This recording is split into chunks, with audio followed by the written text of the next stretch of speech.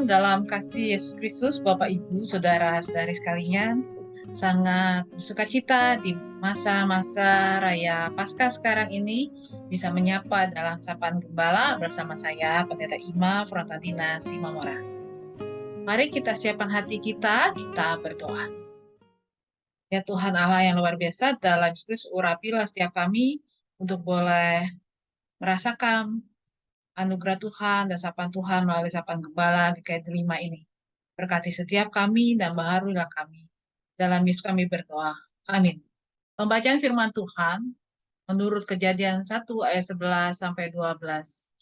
Berfirmanlah Allah, hendaklah tanah menumbuhkan tunas-tunas muda, tumbuh-tumbuhan yang berbiji, segala jenis pohon buah-buahan yang menghasilkan buah yang berbiji, supaya ada tumbuh-tumbuhan di bumi. Dan jadilah demikian. Tanah itu menumbuhkan tunas-tunas muda, segala jenis tumbuh-tumbuhan yang berbiji, dan segala jenis pohon-pohonan yang menghasilkan buah yang berbiji. Allah melihat bahwa semuanya itu baik. Bapak, Ibu, saudara-saudari yang terkasih dalam Kristus, tanah seringkali kita butuhkan. Kita mengingat akan tanah ketika kita sedang mau menanam pohon-pohonan. Kita mencarinya, bukan? Padahal tanah itu juga sangat bermanfaat. Dalam Alkitab, tanah seringkali menjadi simbol atau metafora dari bagaimana Tuhan membentuk manusia. Saat kematian, manusia kembali kepada tanah. Bapak, Ibu, Saudara, tanah adalah bagian yang sangat penting dari unsur kehidupan. Tanah bukan hanya menjadi tempat tumbuhan hidup, tetapi tanah juga adalah pemberi kehidupan itu. Dari tanah ada banyak unsur-unsur senyawa yang dibutuhkan untuk kehidupan bertumbuh menjadi besar, berkembang, dan berbuah. Allah yang memberi dan menumbuhkan. Dan Allah juga yang menganugerahkan tanah bagi kehidupan untuk menjadi bagian yang menumbuhkan kehidupan. Apakah kita merasakan tanah adalah bagian yang sangat penting? Dari tanah, hampir semua makhluk hidup mengambil unsur-unsur senyawa, mineral yang dibutuhkan. Dari tanah juga kita mengambil sumber air bagi kehidupan. Bagaimana kalau tanah akhirnya tidak memiliki kualitas yang baik, beracun, memiliki limbah, tanah polusi, atau tanah tidak lagi menjadi tanah yang subur, tetapi menjadi tanah yang gersang dan rusak.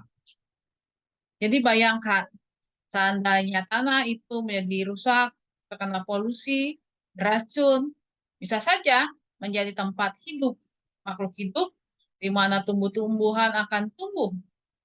Lalu tumbuhan itu, misalnya rumput, akan dimakan oleh hewan-hewan, dan hewan-hewan akan dimakan oleh manusia. Atau tumbuhan dimakan langsung oleh manusia. Maka senyawa-senyawa yang ada di dalam tumbuh-tumbuhan atau hewan-hewan akan masuk menunjang pertumbuhan kehidupan manusia. Dari sejak dalam kandungan sampai besar, bahkan sampai dipanggil Tuhan. Bayangkan efek yang akan dihadirkan. Maka akan mengakibatkan efek yang tidak baik. Dalam firman Tuhan, tanah juga dijadikan simbol di mana tumbuh-tumbuhan bertumbuh, tumbuhan berbuah, berbiji, yang akan menjadi makanan kita. Tanah yang Tuhan ciptakan adalah tanah yang sangat baik, tanah yang subur, tanah yang memiliki unsur-unsur mineral dan senyawa nutrisi yang sangat baik. Kalau tanah itu memiliki sumber nutrisi dan unsur senyawa mineral yang sangat baik, maka tumbuhan akan tumbuh dengan baik. Tidak perlu lagi memakai bahan-bahan kimia.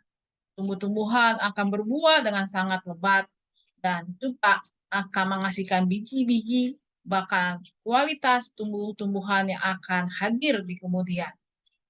Sehingga kita bisa melihat betapa tanah itu menjadi unsur yang sangat penting. Di dalam minggu-minggu ini kita akan bicara tentang lingkungan untuk pelestarian lingkungan kehidupan dan bumi kita. Kita diajak untuk melihat betapa pentingnya tanah bagi kehidupan kita dan menjadi panggilan kita untuk ikut serta merawatnya. Dengan cara apa? Dengan cara misalnya tidak membuang sampah sembarangan, polusi dalam tanah, dan unsur-unsur seperti plastik, styrofoam itu sangat sulit bahkan hampir tidak mungkin bisa didaur ulang.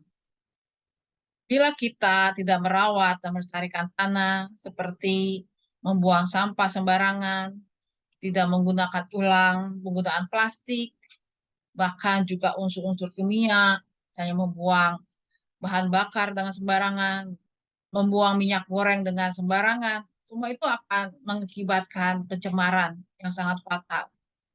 Dan plastik atau styrofoam yang kita buang akan mempengaruhi juga stabilan bahkan kesuburan tanah. Mikroplastik akan diserap oleh tumbuh-tumbuhan dan hewan yang kemudian kita akan makan. Dan semua itu akan berdampak dengan tidak baik bagi pertumbuhan kehidupan. Bisa memusnahkan banyak tumbuh-tumbuhan dan kemudian berpengaruh kepada kehidupan kita sebagai manusia. Kita seringkali ingin hidup lestari dan sehat. Kesehatan kita bukan hanya sebagai bagian dalam usaha menjaga makanan, olahraga, minum vitamin, tapi kalau tempat kita hidup berantakan, rusak, terkena polusi, bahkan hancur, maka semua itu akan masuk ke dalam kehidupan kita.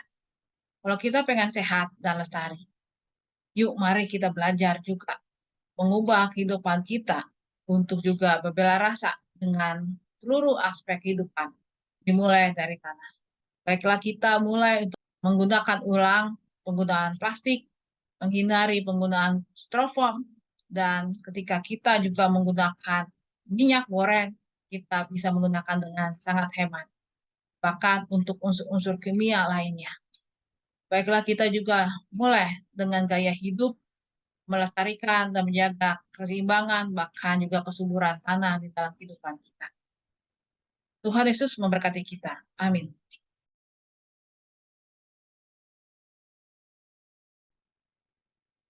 Mari kita naikkan doa syafaat, kita berdoa. Ya Allah yang luar biasa, dalam Kristus kami bersyukur untuk bumi ini, untuk tanah yang Kau berikan. Tempat kami membangun rumah, tapi tempat kami juga menikmati kehidupan, dapat memberikan kami sumber makanan, sumber kehidupan, tempat juga kami menikmati kehidupan keseharian kami. Baiklah kami dibarui untuk kami boleh menjaga kehidupan, suburan tanah, dan juga tidak semakin menambah polusi bagi tanah, bagi bumi kami ini Tuhan. Tuhan Yesus yang baik, berkatilah kami dengan hikmat dan pembaruan hidup. Kami juga berdoa untuk mereka yang sedang sakit, Tuhan urapi dengan hikmat kasih Tuhan, kekuatan tangan kasih Tuhan. Ya Allah yang luar biasa, kami juga berdoa khususnya untuk kehidupan keluarga Bapak Tatang atau Pak Oki yang baru saja merasakan kedukaan, keluarga Ibu Liminon juga Tuhan urapi dengan hikmat kasih Tuhan dan kekuatan tangan kasih Tuhan.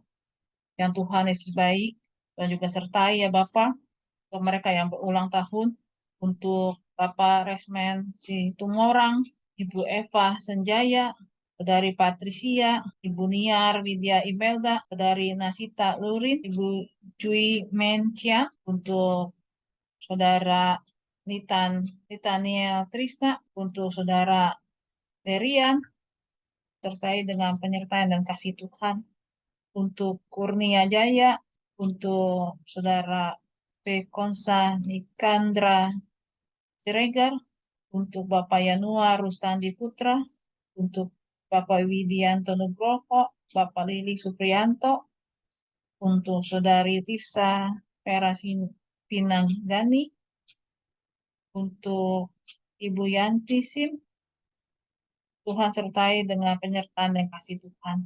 Ya Allah yang luar biasa dalam Kristus, Kami berdoa juga untuk kehidupan keluarga-keluarga, khususnya untuk anak-anak kami yang melanjutkan perkuliahan. Tuhan urapi dengan hikmat, kasih, dan kekuatan tangan kasih. Tuhan Yesus yang sangat baik, inilah doa kami. Kiranya Tuhan juga mengurapi pembaruan kehidupan kami. Bapa kami yang ada di sorga,